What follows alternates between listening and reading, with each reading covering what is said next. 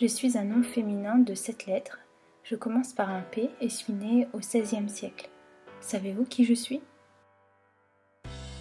Ma première lettre, la lettre P, vous donnera un indice, puisqu'il est question de poètes, et plus particulièrement d'un groupe de 7 poètes, parmi lesquels Du Bellay ou encore Ronsard.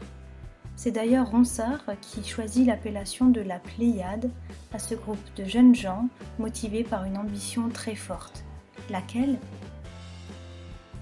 Donnez-moi ma deuxième lettre, le L pour littérature. L'ambition des poètes de la Pléiade est de contribuer à la création d'une littérature nationale. Comment vont-ils s'y prendre ? Donnez-moi ma troisième lettre, un E pour enthousiasme. Formé à partir du mot théos, le dieu en grec ancien, l'enthousiasme c'est littéralement un dieu qui possède l'écrivain, qui lui insuffle l'inspiration pour lui permettre de créer une œuvre de mérite et pouvoir ainsi gagner l'immortalité grâce à la poésie.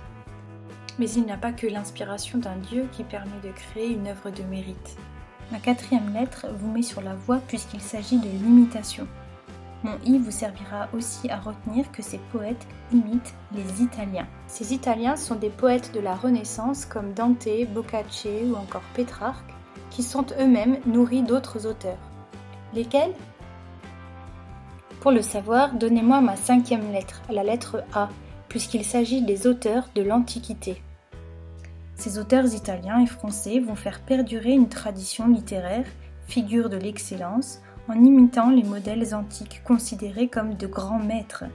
Parmi eux, il y a Ovide, Tibulle, Properce et encore Horace. Mais l'imitation au XVIe siècle des auteurs antiques n'empêche pas le renouveau. Comprenez pourquoi avec ma sixième lettre, la lettre D, pour le célèbre texte « Défense et illustration de la langue française » écrit par Du Bellay. Pourquoi peut-on considérer ce texte comme emblématique du mouvement de la Pléiade ? Ma septième et dernière lettre vous donnera la réponse. Il s'agit du E pour enrichissement de la langue française. Du Bellay pense qu'il faut prendre dans l'Antiquité ce qu'il y a de meilleur et le transposer dans le présent pour se tourner vers l'avenir. Néologismes, archaïsmes, figures de style variées sont envisagées pour enrichir la langue française et augmenter son expressivité. Voilà ici toute l'ambition des poètes de la Pléiade, celle de donner à la littérature française ses lettres de noblesse.